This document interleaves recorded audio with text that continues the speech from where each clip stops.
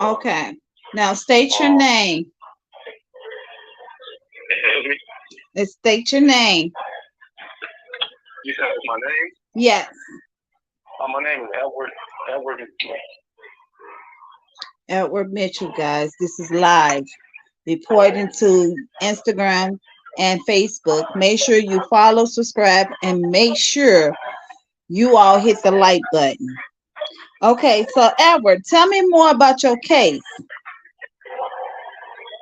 No, I was arrested back in 1999 for a crime I did not commit. It was about a stray bullet shooting that I had absolutely nothing to do with, and I was picked up and put in a paddy wagon and took to three different locations, or even being taken to a police station where individuals were allowed to leave me in the paddy wagon and without any form of problem or anything. And um, when I got to the station, I was questioned immediately and abused me upon the police having me in their cuffs, even in the paddy wagon and the locations, etc. I was also suffered forms of abuse and threats things of that nature. And basically, overall, I was taken from station to station and held for approximately 6 days and was tortured by the Chicago police. In between, no videotaping of interrogations was practice. I learned that I was supposed to be before jail for 48 hours, and that never occurred because they took the law into their own hands, made up their own rules, and I was held illegally. Well, they went out and tried to build a case fully against me, and I was falsely identified in a lineup like after 4 to 5 days within the station that they had me in, which was called Area 2. And I was also hospitalized and was beaten and hospitalized again. And all of this happened prior to making a false videotape statement of one in Illinois history. And basically, that's what the situation. So, have anybody been reaching out to you about your case? Like any major Congress, government, mayor, anybody? Well, throughout my second trials, I've been really fighting hard on my own accord. I decided to, was started studying law and working with the attorneys that I had. I've always had a real strong family base, so it was very difficult for me to have family help. But I have reached out to other organizations, small and large, and the ones that I never really got feedback, but there has been a few people that has been in contact. One being CFIS, with the campaign to food survivors. Wow. We had another org that was involved, which is Ag for Community and Social Change. And basically, that's really it. But I'm grateful for the churches that have been helpful. One pastor named Pastor Day, who's also been involved with me as well. Her name is Veronica Pastor Day. And I've been relying on friends and associates and just building my own network of help avoid and what I am on my own. Right now, particularly, I have post conviction in a representative attorney named Janine Penston, and she's a good lawyer and is trying her best to get me liberty at this matter. And clemency is also on the table that's right now before the governor, which is Governor J.B. Pritzker, who is so aware that I was tortured by the Chicago police because his submission out that I was tortured by the Chicago police, which is sufficient evidence, shows that I was tortured by the Chicago police. So what? So have Prisker reached out to you in anything? The first process deals with the prisoner review board, which is the one who reviews your first clemency petition. Mm-hmm. Then it goes on to the governor. They contacted in contact with my mom and let her know that the petition had been addressed by them, and then they sent it over to the governor, which under R5, Section 12 of the Illinois Constitution, the governor has the power to individuals in my situation dealing with who has been tortured by the police, because torture is illegal in any gifted nation throughout the world. You know what I'm saying? That's connected with treaties and dealing with human rights and with our constitutional rights. And all of the rights across the board have been violated since I was arrested and by the Chicago police and the way that they took place. Wow. So have your mom or anybody else in your family reached out to Pritzker, or have they reached out to any mayor at this So, point of yeah, time? like I like I say, I have a very small family, and my mom's up in age, and there's only so much we can do over the years on what's been going on. My younger brother, was killed when he was 15, so this happened years ago, and I just been basically like fighting power and fighting the fight alone on my own, making sure that things come about. But I am thankful for the attorneys that have been for along the way.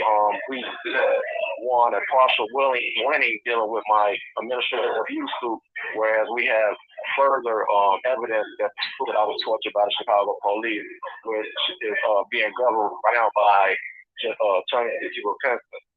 And he's my post-conviction lawyer, happens to be in front of the same judge I've had for nearly almost 25 years. And that's been another extreme problem in my situation as well, because I can get really a fair hearing or trial in front of this person, unfortunately. And that's kind of like what I've been dealing with incarcerated. He was one of the first judge. He was the first judge that died my motion, that did my release and being free from circumstance years ago, all the way back in like 2000. So these type of things could have been dealt with years ago, and I've still been like held in all these years. This is why I'm trying to get the governor to take the full rule and everything to fall on board. Because if I can't get a fair trial by the judicial branch, the executive branch will have to step in to do what needs to be done. Not only the governor, but also the lieutenant governor has to help out and reach out, and the attorney general has the power to reach out, because there's a conflict of interest involved with this case, whereas the county state attorney's office, these states were not being tortured. They had nothing to protect my rights. Right. The two state attorneys, the state attorneys that were involved with the case at the police station are Arunas Bontanas and Toria Hamill. These are people that still practice the law and or retired or what's been going on. And I was in prison while no one to protect me from wrong being held illegally in a police station in areas, took to the hospital, which was one hospital, brought back to the station, handcuffed to a wall, and was tortured again before the false statement was made. And it's heartbreaking what I went through, because these are the type of things I want to set up and try to help other people going through. But this is what I've been through for all these years, and I'm just really just asking for justice. I'm asking for my freedom, so I can be in a position to be more useful to the family and be an asset to the community. So let me ask you this. So were these white cops that arrested you, or were they black African American cops? There was basically it was a mixture of officers when it comes to criminality and race. That was this case, but the majority I would say I would say about it would be like a European that was involved in what was going on. I have to know the last names of all the officers. Really, I can just name them from the beginning to time. The two black officers that had something to do with arresting me illegally was Dragons, and these were PO women out of District 6. And falsely arrested me and put me inside a paddy wagon and took me to 3 different locations. Then areas came along and took me from District 6 was the area 2, which was located on 111th Street. And this is a known area that people had tortured for years ago, which is area 2. And at this place here, they held me illegally against my will without any problem. They falsified records saying they wanted to go with them voluntarily, which was never the case. There's no record whatsoever saying that I wanted to go with them. Anything. They took me illegally. They took me under arrest. My rights was never read to me. I was just held unlawful. I felt like I was kidnapped, and there was nothing I could do about it. No one knew where I was at. My family didn't know where I was at. And I took a gunshot residue test by court, and they came back clear. And I was the person who was shooting or something like that. And I had nothing to do with shooting. Took a gunshot residue test. All that came back clear, but they still illegally held and went out to try to build up a case against me. They had someone falsely identify me like 4 or 5 days later. And it was like, I didn't have a change of clothes, nothing to eat. This was held in this process through slappings and beatings and kicks and all type of abuse, throughout these days. I was held July 31st of 1999 all the way until August 6th of 1990 before I went before a judge. Wow. At Area 2, the officers that was involved with my case that I can remember by name was Artiega, Wisenberg, Durkin, Alfini, Hicker, C. Hill, and I say the state attorneys that are already previously named. You have to remember, or more detectives. The only ones I can remember off the top of the right now. Right? Okay. Oh wow, that's a lot.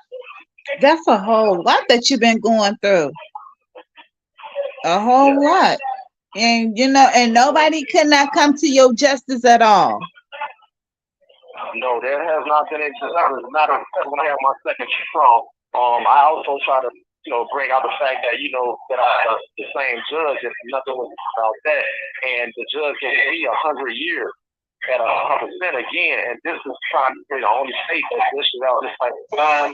It's not taking into consideration any type of rehabilitation or reform, which is a violation of the Illinois Constitution. It's Article 1, Section 11. We're supposed to be restored to youthful citizenship, and none of this is happening, not being considered. But this is the governor. But ultimately, Mr. Pritzker has the power to rectify this matter. He has the power to clear me. He has the power to pardon me from this. And I'm asking him, and I know that there's other people that do care, even though a lot of people have been left in the dark about my situation. But he has the power to do it. The Attorney General has the power to do it. And step into this case about what's going on. And, that's the Article 5, Section 12 of the Illinois Constitution, that this power is assumed through the governor, and under Article Section 15 of the Illinois Constitution, is assumed through the Attorney General.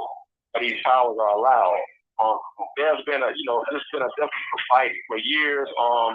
These injustices have been going on in our community, and I want to speak up for anyone that has been tortured in America, in Chicago, etc. I want to speak up because this is an international issue that no one has to be sit in prison all these years and have to be tortured by police. It's supposed to be protecting our families and our community.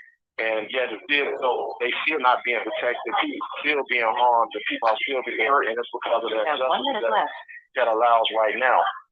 Videotaping of interrogation when I was arrested and illegally held by the Chicago police. Wow. Well, hopefully, I'm gonna say, you know what? Have you ever heard of Ricky Jason? No, I haven't. They just said 1 minute on this phone, so I have to continue this one. Unfortunately, we get a chance, and I was trying to call as soon as I can. I definitely thank you, Queen, for the help. No problem. And I'm gonna try to call back. I'll call back with another call. But if you can, I need you can sign up with emails with me. That'll be very helpful. Thank you for everything, and I really want to continue this discussion with you. No problem. We'll do a part 2 soon. Whenever you call me, I have it lock and load for you. I'm gonna get in contact with Ricky Jason because he's an activist and he also help young people as well as yourself. Thank you for using. All right, it's nice meeting you again, Edward Mitchell. There we have it. Thank you. Bye-bye. Bye-bye. So once again, this story, this young man been fighting his life since the early 2000s. So we're going to get his voice heard. We're going to see what we can do as far as getting the story out. I'm going to get the story out. I want many others who also following me. Make sure you all share, hit the like button, positive mind, positive energy. Don't let nobody, and I mean don't let anyone take your joy and your character out of socket. We just heard Edward Mitchell. Edward Mitchell is fighting for his life in prison, guys. So, an African young man accused of shooting a 12-year-old young lady, a little girl, which he did not commit. We heard the story. We heard the story out of the horse's mouth. Let's get this young man free his ring. Free, let freedom ring, like Martin Luther King say. Freedom ring, freedom ring. Thank God we gotta be free. We gotta be free from everything. So make sure you all like, subscribe, hit the share button. This here, please let this young man get his story out. Everybody has a story to tell, and this is one of them.